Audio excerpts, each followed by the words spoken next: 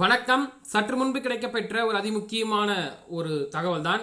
தாவேகா தலைவர் விஜயை பாத்தீங்கன்னா கடுமையான கேள்விகளை கேட்டிருக்கிறாரு சரத்குமார்.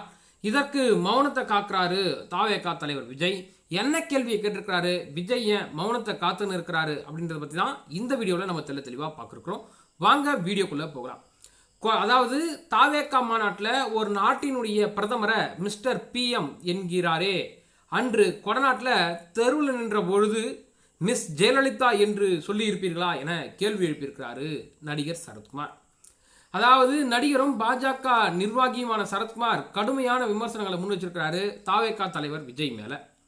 கள்ளக்குறிச்சியில தனது பிறந்தநாளை ஒட்டி நடந்த நிகழ்ச்சியில சரத்குமார் பேசும்போது என்ன சொல்கிறாருன்னா, அண்மையில கத்துக்குட்டியான ஒரு மிஸ்டர் பிரைம் மினிஸ்டர் என்று அழைத்திருக்கிறார்.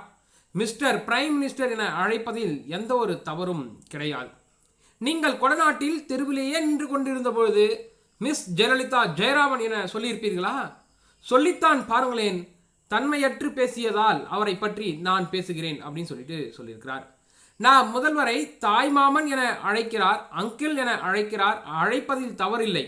ஆனால் தரம் என ஒன்று இருக்கிறது. மக்களால் தேர்ந்தெடுக்கப்பட்டவர்கள் நீங்கள். அந்த மனிதருக்கு மரியாதை கொடுக்கிறீர்களோ இல்லையோ, அந்த பதவிக்கு மரியாதை கொடுக்க வேண்டியும் அந்த தரத்தை கற்றுக்கொள்ளுங்கள் விஜய் அவர்களே அப்படின்னு சொல்லிட்டு சரத்குமார் கடுமையான பதிலடியை முன் வச்சிருக்கிறார். நான் பலரை சந்தித்து வந்ததால் தான் எதை பேசினாலும் நியாயம், தர்மம், உண்மை இருக்க வேண்டும். நீட் வேண்டாம் என்று சொல்கிறீர்கள். நீட் தேர்வால் எத்தனை மாணவர்கள் பயனளிக்கிறார்கள் தெரியுமா? நீட்டை கொண்டு வந்தது யார்? திமுக தான் கொண்டு வந்தது என உங்களுக்கு தெரியாதா அப்படின்ற கேள்வியும் முன் வச்சிருக்கிறார். தகுதி இருப்பவர்கள் தான் பதவிக்கு வர வேண்டும்.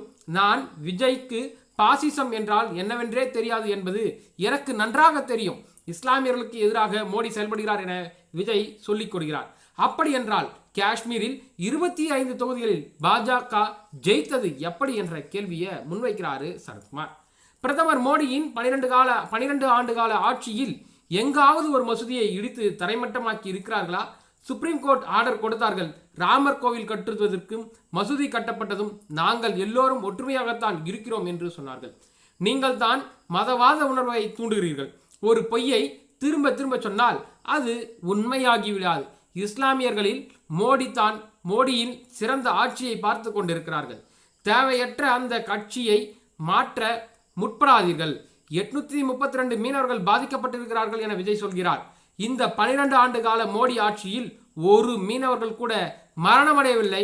உங்களிடம் தரவு இருக்கிறதா விஜய் என கேள்வி கேட்டிருக்கிறார். ஒரு உன்னதமான தலைவரை இழிவுபடுத்தாதீர்கள், கட்சித்தீவை மிற்றுத்தாருங்கள் என்கிறார். அதை தாரை வார்த்தது யார் தெரியுமா விஜய் அவர்களே? 1974 ஆண்டு இந்திரா காந்தி பண்டாநாயகனுடன் ஒரு ஒப்பந்தத்தை போட்டார்கள். அதை கருணாநிதி திருத்தி இருந்தால் இந்த நிலை இருந்திருக்காது.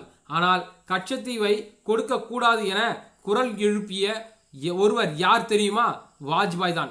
தவறான செய்திகளை பரப்பாதீர்கள் விஜய் என சரத்குமார் ஆவேசமா பேசியிருக்கிறார்.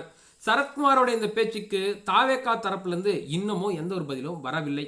பார்க்கலாம் தாவேகா சரத்குமாருக்கு எதனா பதிலடி கொடுப்பார்களா என்பதை. நன்றி, வணக்கம்.